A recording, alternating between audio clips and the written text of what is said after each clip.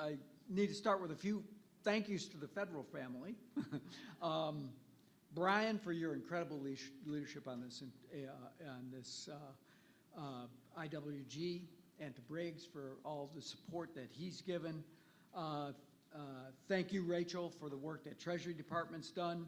I got to give a big shout out and a big thank you to Secretary Granholm for leading this interagency working group, and as has been mentioned, my co-chairs, Lil Brannertu and Ali Zaidi, who you've heard from already.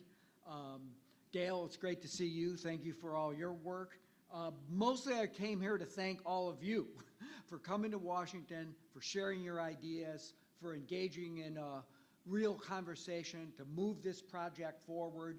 When I walked in the room, it was, I could tell people were intensely engaged in the conversation, and after a day and a half of talk, that sometimes you feel, you have that sense that people are kind of nodding off. That certainly wasn't the case here. I think people really are energized about the work, and it's important because this is where the ideas get hatched and where we get the inspiration to create real strategies and see where the holes are so that we can do a better job of filling those gaps and making sure that we get the job done. Because I think over the past 3.5 years, the Interagency Working Group really has marshaled an unprecedented whole of government effort to deliver on President Biden and Vice President Harris's promise to energy communities. Those communities that have often been forgotten, that have often been left out, they've often been left behind, but the President and the Vice President vowed to do right by Americans who powered this nation for over a century by making sure they will power us through the next century. 3.5 years into the Biden-Harris administration, we've passed and implemented through the Investing in America agenda that offers really tens of billions of dollars in direct targeted support for energy communities, as you've been discussing.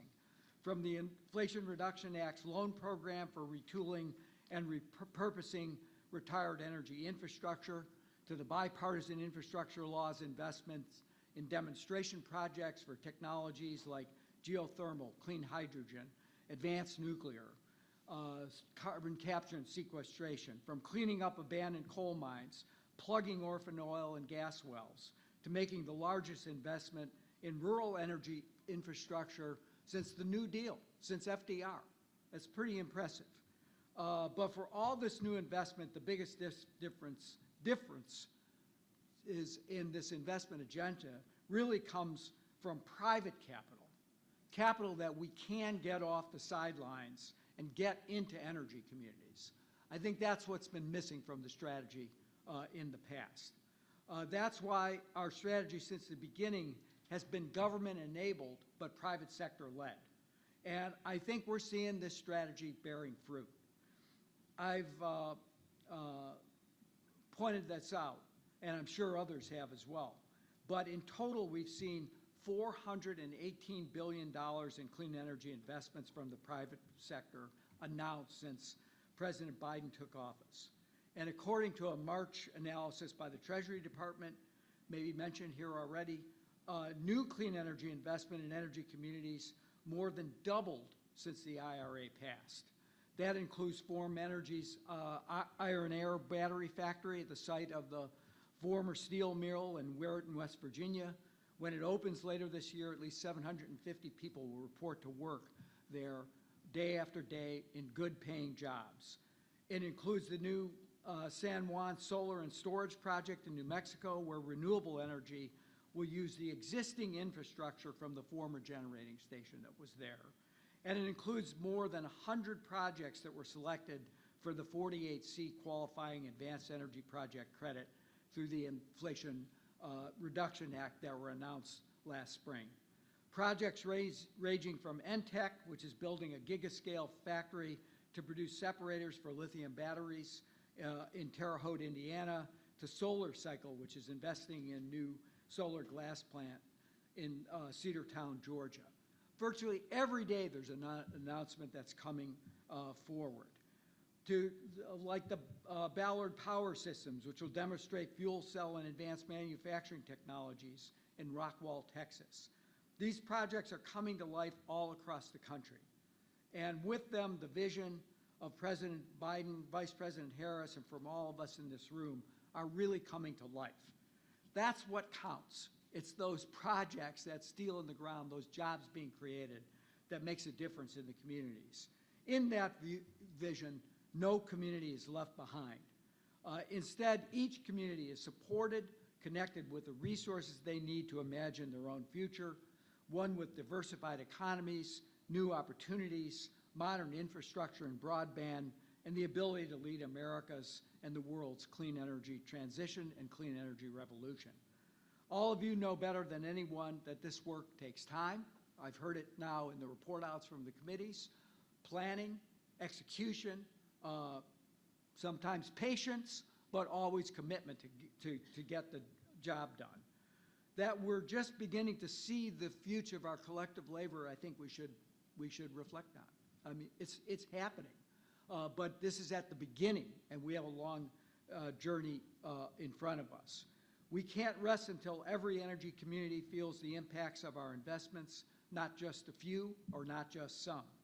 And that we have to ensure communities themselves are in the driver's seat. They're making the plans. They're being heard, making their own decisions about their future. All that's hard work, but it's work worth pursuing, and it's work we're grateful to be doing with you, and that's why we're so grateful that you come here to share your experience, your ideas, and as I like to say, you're bitching. What are we getting wrong? What can we do better? What do we need to fix? It's important to have really an honest conversation about that. But the future we all imagine is possible. And as long as we work together, as long as we keep forging those kind of partnerships, making investments and lifting up stories, as you've been doing over these 2 days, I know that we can turn that future into reality. I want you to know that the President stands with you, the Vice President stands with you, the whole of the administration will be at your side. Let's get it done together. I'm glad you came here. We really look forward to the report out of these last 2 days. And with that, I'm happy to take a couple of questions, Brian, if you have time. I don't know what your schedule is, but happy to open it up and just take a couple questions. Yeah. We've talked about policies and mantras or messaging. And one of the things that we talked about a long time ago was when you talk to these energy communities, that you do not offend them. You listen first. So we came up with a slogan called "We Innovate, Not Eliminate." Senator Manchin kind of took it a little farther and just said, our policy should be about innovation, not elimination. And I think if we focus on that, we're going to get more people hearing what we're saying, be more trustworthy after we've listened to them and gained their trust. Well, I think that's a great and targeted point, and I think we need to make sure that we're executing it. And I use that mantra, government enabled, private sector led. It's the private sector that's going to make these investments. It's real companies that are going to build these industries. That's where the work needs to get done. The job training needs to happen, and I think it goes along with this idea that in the U.S. we have the most innovative economy in the country, but we need to have, and I think I come back to it. One of the reasons that the structure of the Inflation Reduction Act is what it is for too long we didn't care where that innovation took place.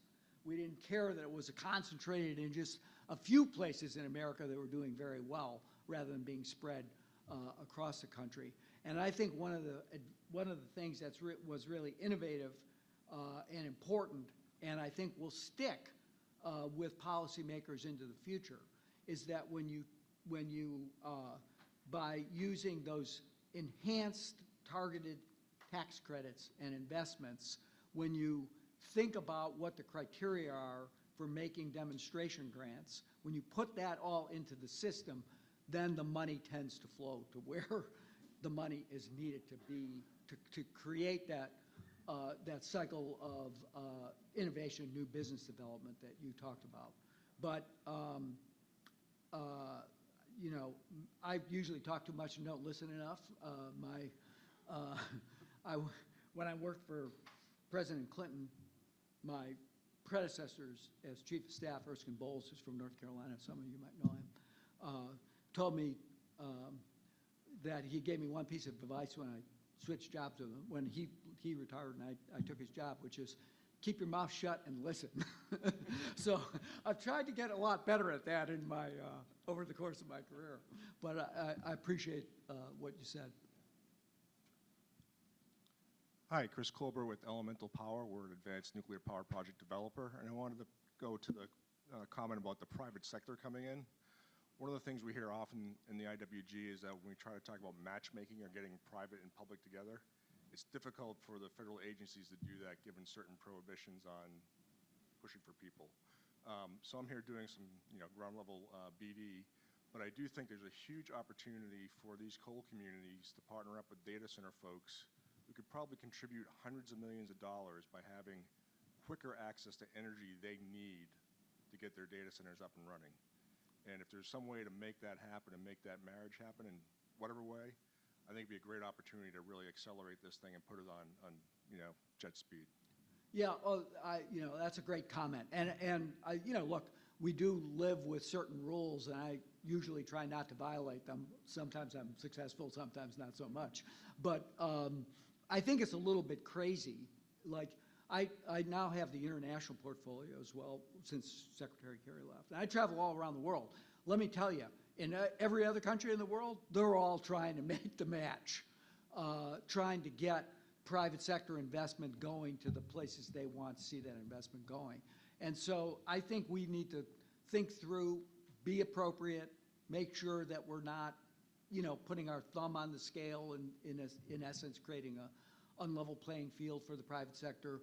But at some point, just like we do with foreign direct investment through Select USA, the program that Commerce Department runs, we need to be able to say, this is a resource, this is your need, you ought to be able to go find a way to get the resource to the places you need.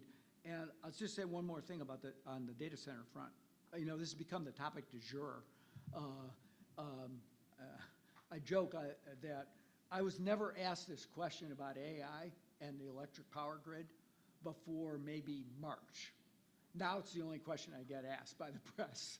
So the reality is we are living in a different energy world, one where we haven't had much growth.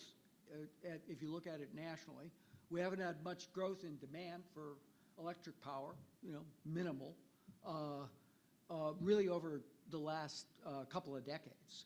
That's a triumph of efficiency because we're using, there's a lot more economic activity under that, but the system itself was becoming efficient.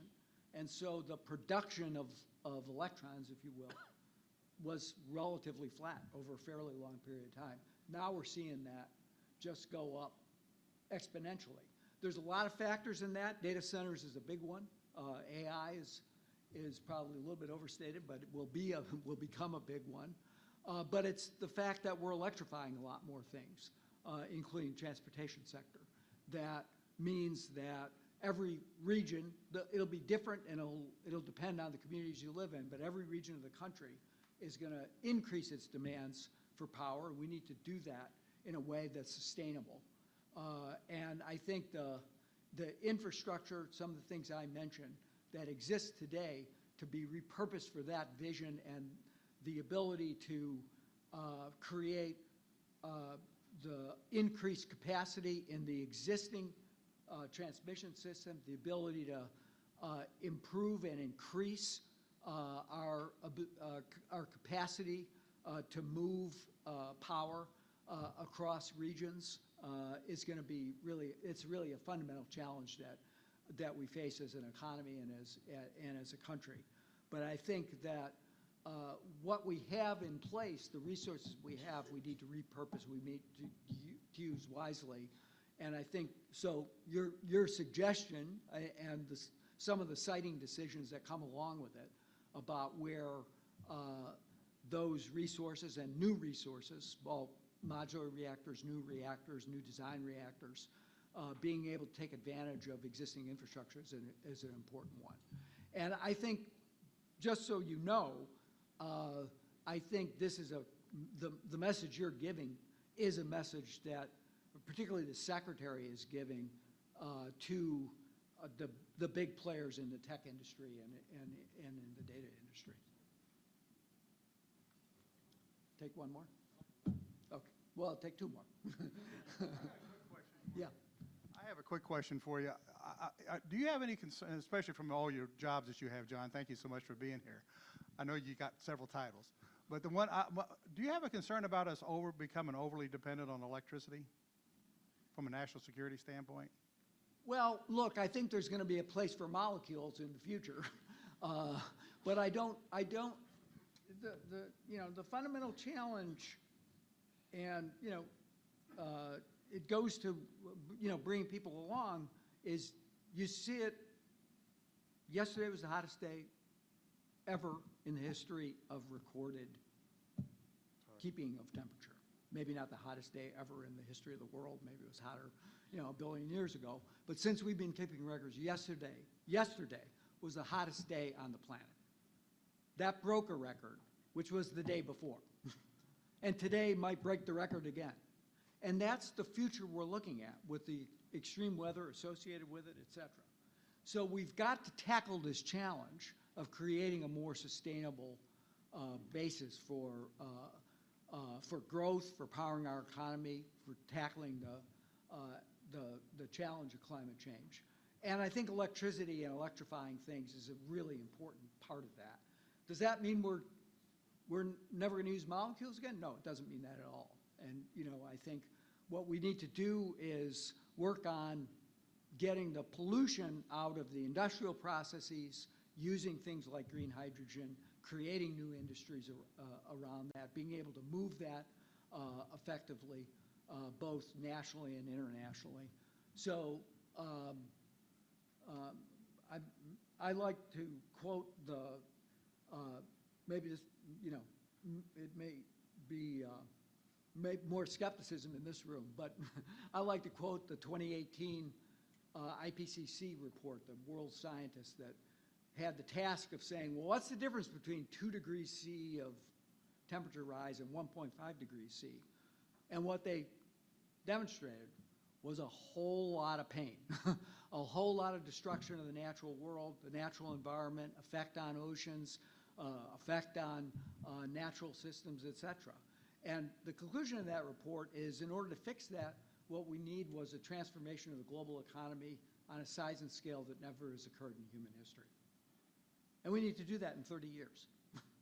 So that's like a big task, but it should excite us because there's tremendous opportunity in that transformation and doing it right, making sure that we bring every community along, that we're creating good paying jobs, we're creating a structure in which the American can lead in that project of innovation and investment is one that I think all of us should really be excited about.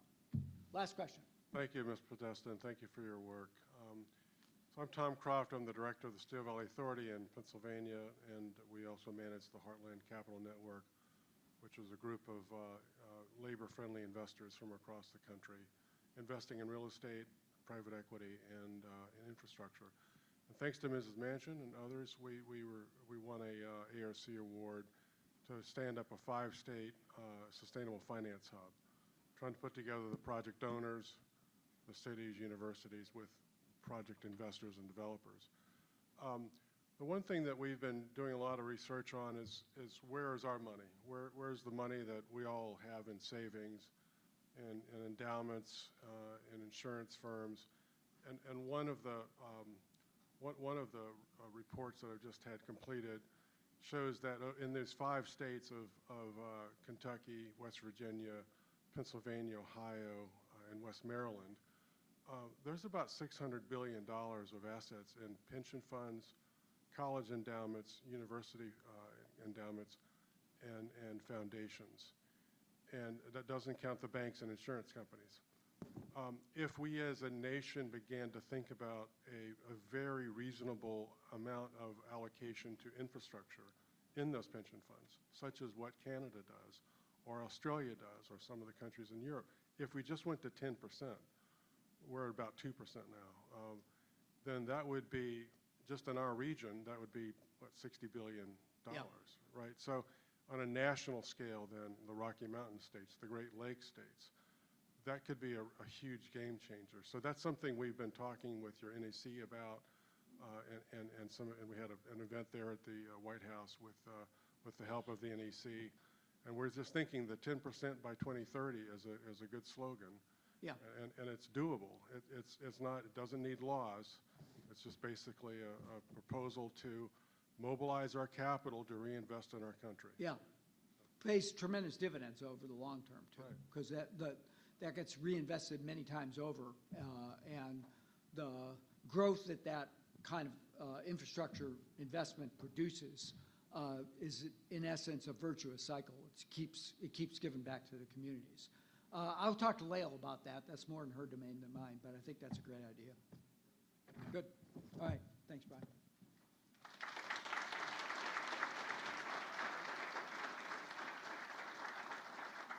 Well, John, thank you so much, and it's such great leadership that we have from our co-chairs, all of our co-chairs, John Podesta, the Secretary Granholm, Ali Zaidi, and Lael Brannert are, again, I don't want to overuse the word staunch supporters, but they, day in and day out, have not only enabled us to do the work that we do, but they support us in ways that you can't imagine, both in making sure that as we're working across the agencies can all work together, and by being your advocates when it comes to investing. As John is representing the United States globally in investing in America in the clean energy space, he's doing that and pointing to energy communities. And so it is such a great time to be doing this work, to have such wonderful leadership. We're about to close, and I hate that because I feel like the momentum is still here. And so I do have just a tremendous amount of thanks to go around. And very specifically, of course, I need to thank Briggs White, our Deputy Executive Director.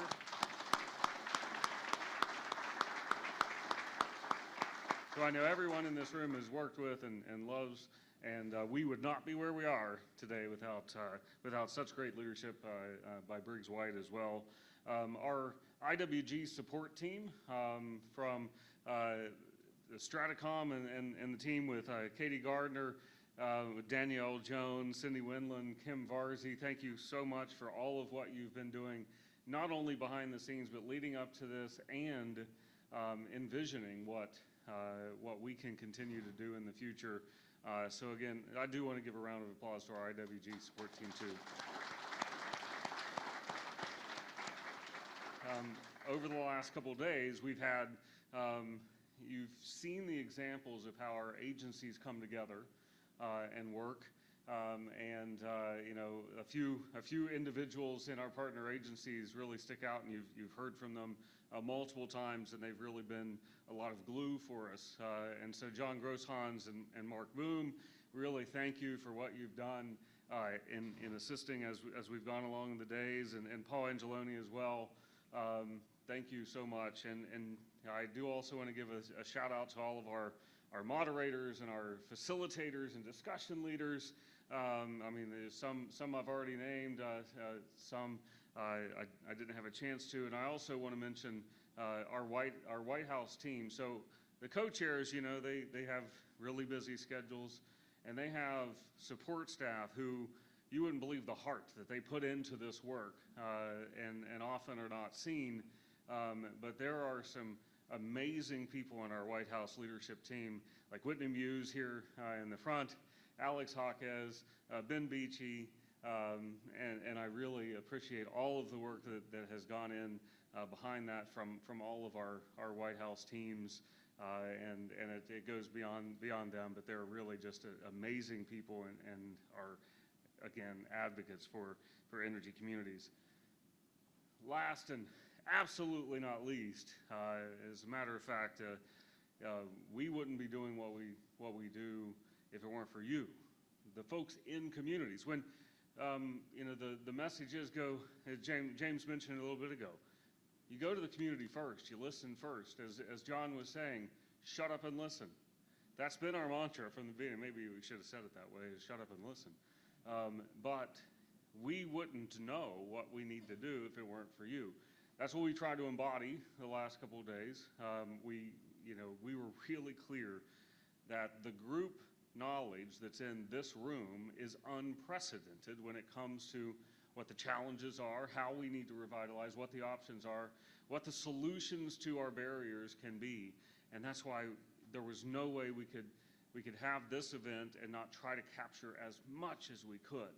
And so thank you for bringing your ideas. Thank you for bringing your challenges, your solutions, your stories, your inspiration, and for braving the DC Metro and our navigation systems and the weather and the hottest day on record and on the planet to be in the swamp. And so thank you so much for all of that.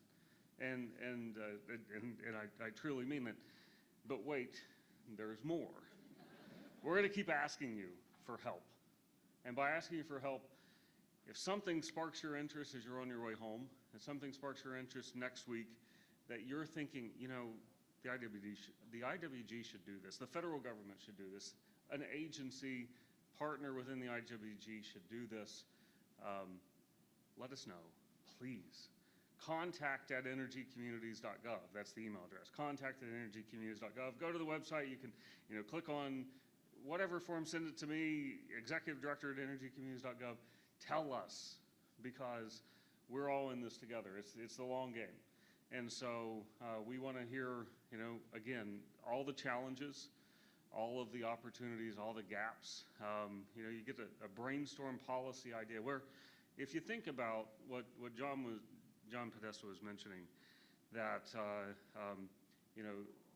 the tax provisions with Energy Communities bonuses are a great innovation to help drive private sector, and we've seen a doubling of the clean energy investment into energy communities since the passage of the IRA because of that one little spark of an innovative idea that, if you trace that back, somebody had that idea just once and mentioned it, and the snowball rolled, and eventually we have in the U.S. tax code 10 years of energy communities bonus provisions for, if you invested in an energy community, you're going to get 10% more in a tax bonus. Maybe the next great idea for a policy innovation, for an innovation in structuring of financial stacking to reduce risk in revitalizing a community or repurposing an asset, maybe that next idea is going to come from somebody in this room. Don't keep it to yourself, please. Tell us. Let us know what we need to do so we can keep stepping up to the challenge. It's been an amazing and spectacular 2 days, and I hope you all found it as valuable as I did. And I will say yet again, though, but wait, there's more. There's more today, even. Stick around. We're not going to sweep the floors and kick you out. And I know the innovation that is happening at each table within each individual conversation. Please keep it going. And then we do have still our agency and partner office hours up until I think about 4:30 or so. And so there's still that last opportunity. And then the comment about let's make sure we're doing these meetings in energy communities and not in DC. Absolutely. Absolutely. We're there. We're with you. It's why we have put the rapid response teams in place. We have a limited amount of budget to support the rapid response teams. And so thank goodness to our partner agencies who looked through their authorized language and their appropriations and found the means to put people in our rapid response teams around the country. We want to do that over and over again. And if you're not in a rapid response team area, that doesn't mean we won't be there. And so, as a matter of fact, you can think we don't have a rapid response team in West Virginia, but we've been there. We don't have a rapid response team in Utah, but we've been there and we're going to be there. And so, don't be a stranger. Invite us there, and we'll come. We promise. So, with that, safe travels. Thank you all for your time, your commitment to this meeting, but your commitment to the communities and the people that live there. Thank you.